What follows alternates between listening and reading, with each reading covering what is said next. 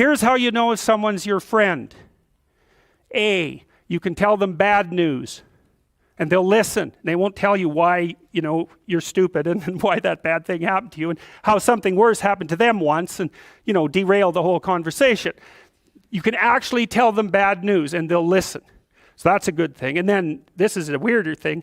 You can tell them good news and they'll help you celebrate. And that's a really good way of deciding who you should have around you. Because if you have someone around you, something good happens to you and you're kind of afraid to even admit it because, God, something good happened to you. It's like, you let that be known and it'll certainly be taken away. So, you come out and you sort of tell someone half-heartedly that something good happened to you and they give you a whack and then talk about, the great thing that happened to them 3 years ago. Or worse, the great thing that happened to someone that they knew 3 years ago. It's like, go away from that person. They're not helpful to you. And they're not helpful to themselves either.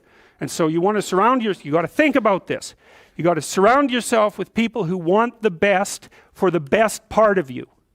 You can hang around with weasels and losers that are trying to pull you down to justify the fact that they're spiraling downhill as well. And the upside of that is you don't have to have any responsibility and you can all whine about how wretched life is, so that's pretty attractive. But I would say it's also a bad medium to long-term plan. And so it's acceptable and desirable to try to surround yourself with people who are facilitating your development.